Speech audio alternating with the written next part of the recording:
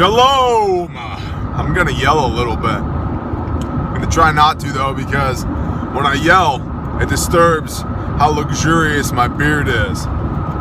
It's 6:20 p.m. Sunday. We're headed back to Texas for a week of work from Oklahoma. One of the, Yah willing, last week's of work that we will do in Texas. What happens next, I have no idea. If you're not up to speed, you could be if you were on Patreon. All right. Millennial Man did a video called SHTF Rules of Engagement. Cool. Good video. Pastor Joe on Patreon did a spin on that from the comments of that video about SHTF ROEs. Good video. So I'm driving along, listening, thinking, letting the gears spin. Engaged in active listening, right? Don't listen to something so that you can come up with a way to refute what has already been said, because that's just a waste of everybody's time, right? There's no point in disagreeing with somebody just for the sake of disagreeing with them, which a lot of people seem to be engaged in. That's like they get their jollies off on finding one facet of one argument in an entire conversation that they can take out of context and use it as a weapon. I don't intend to do that. A couple of things stuck out to me. Mr. Gorgeous Top Knot himself, the Millennial Man, made the comment that if there's a guy 300 meters out at your 11 o'clock holding a rifle, you should identify that target, call it out, right? Roger that. He was talking about the messed up ROEs for our boys overseas in the Middle East, how they're not allowed to, I believe it's been changed, but for a good time, they were not allowed to even chamber a round unless they had incoming rounds. And I believe that's been changed to, yeah, you can have a round in the chamber, but you got to flick your safety off and take incoming rounds before you can actually engage a threat. Bull. This RV in front of me needs to go dump their tanks because it smells horrendous. So let's get into the passing lane. So, all right, there's a guy 300 meters out, 11 o'clock. He's got a rifle. He's on a rooftop. Now what? Got me thinking, what is your IFF? How do you identify a friend and a foe? Right? Some things are pretty well straightforward. If I see a dude in a black hood with an ISIS flag, I don't have to think twice. Bang, bang, bang, right? That's no problemo, hombre. You're dead. What about, Antifa? Okay, if it's without rule of law and you pose a threat, hashtag body bag, bro. You're done. Okay. Moving on down the progression of scumbags. What if it's MS-13? I shed no tears for you. The cartel, I don't have a problem killing you, right? So forth and so on. And people will say, well, that's not very Christian. I'm not a Christian. I follow Yeshua. I follow the way. So, good try, question mark. Don't confuse meekness with weakness, FYI. But in certain scenarios, it's going to be very easy to know who the scumbags are. In certain other scenarios, not so much. You see a guy in a multicam boonie hat with a plate carrier on, an IFF underneath his right elbow, and some indiscriminate morale patches. Who is this guy? Good guy? Bad guy? I don't know. What's the IFF protocol? So it's not just rules of engagement, but how do we determine who are our friendlies and who are not our friendlies?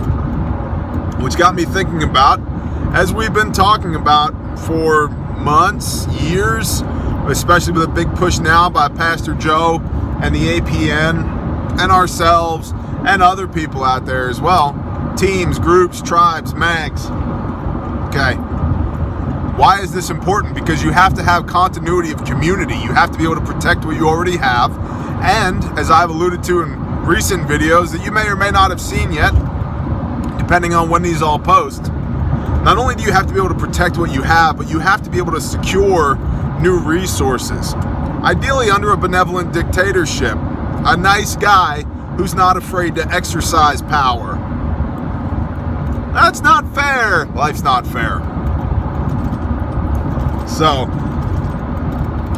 you need those groups to be able to do that. So you should all be able to know, within your group, your tribe, where are all of our people? What are they doing? Cool, not a problem. What about the larger community? Where is everybody? Who's that guy over there? I see a silhouette 400 yards out. Looks like he's holding an AK, but he's no threat to anybody. Who is that? Do you get on the radio? Do you have OPLPs, observation posts, listening posts? Oh yeah, T, we got eyes on him. That's just Jim from up the road. Roger that. Cool. Thanks. Not a threat. Carry on.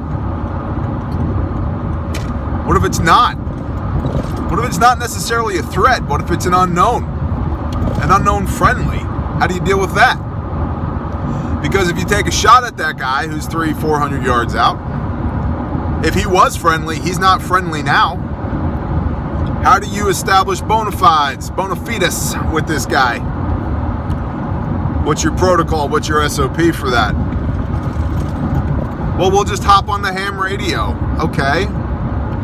It's not secure. So how much information are you going to exchange? And I'm spitballing here. I'm throwing this out there. What do you do? It'd be cool if you had this national network where you could call out and say, hey man, 1st, 3rd Arklatex Division or whatever. And he goes, oh yeah, cool. 3-5 Northeast Texas. Roger that. Hey, weren't you at the Prepper convention in wherever? Oh yeah, I was there. All right, cool. Now that doesn't mean that you go over there and give this guy a hug, but you at least have something in common to work from, right? Because that guy might still be a scumbag. That guy might still go for a weapon when you're together talking.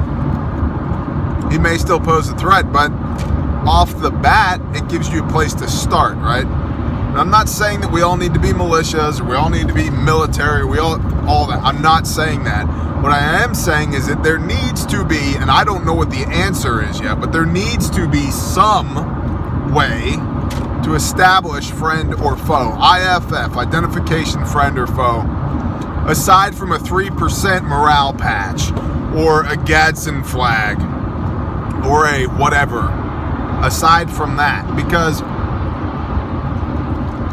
look, man, I could go get a black hooded sweatshirt and a couple of patches off the internet and sew them to the sleeves and show up at the nearest Antifa meeting and insinuate myself fairly easily into that group of people, especially as a former metal drummer covered in tattoos, right? I can make this happen if I wanted to. It's entirely possible. That doesn't mean that I have good intentions when I'm there. So, I don't know what the protocol is, but I do know as we delve deeper and deeper into the nitty-gritty of what SHTF will actually look like, what is without rule of law? What is that? Other than, it's bad. We know it's bad. What does it actually look like? Another reason to have a strong community, you're going to need people to trust psychologically, let alone people to depend on. You're going to need some type of psychological rock to anchor yourself to. And in a world of uncertainty, at least I know that Bob and Jim over here, these are my brothers. I don't need to worry about them. One less thing, right? Like Bubba and Forrest. When you get tired, Forrest, you just lean up against me and I'm just going to lean right back. Yeah, roger that, Bubba. Thank you. Appreciate that. So, point being, there's more than one reason. There's more than a dozen reasons. Must be back in Texas. People are driving like a-holes again. There's more than one reason. There's more than a dozen reasons why we are going to need community. But under the guise of, within the purview of that community, we need to be able to understand who's a good guy, who's a bad guy. And that gets back to Mr. Luscious Top Knot himself and his rules of engagement. And that gets back to Mr. Pastor Joe and his criticisms of the comments on that rules of engagement video. Because a lot of people are operating from a position of idealism. We have a video here on this channel Idealism increases with distance from the problem. While you are sitting behind your keyboard or holding your iPhone in your hand on your couch, it's very easy to be idealistic about what the future will be in a world without rule of law post SHTF. The problem is, you got no practice at it. We're not thinking the hard thoughts right now, by and large, as a preparedness community. As a preparedness community of ones and zeros flying through the air on 4G wireless, nobody cares. Nobody cares. We'd rather talk about, key mod versus, what's the other thing? M-lock. Who cares? Who cares? It's stupid. AR versus AK. Don't care. Well, which one's worth to get shot with? They both suck. I don't want to get shot with either of them. They both suck. Right? Because it's easy to romanticize that. It's easy to be idealistic about that than to realize that if I don't get out there into the world and meet people and build context and make things happen and think the hard thoughts now, be vulnerable with people, be honest with people, build context with people, now none of that shit matters anyway. So IFF, don't know. Open a suggestion. ROEs, if you're a threat, you get body bagged. The end. Shalom.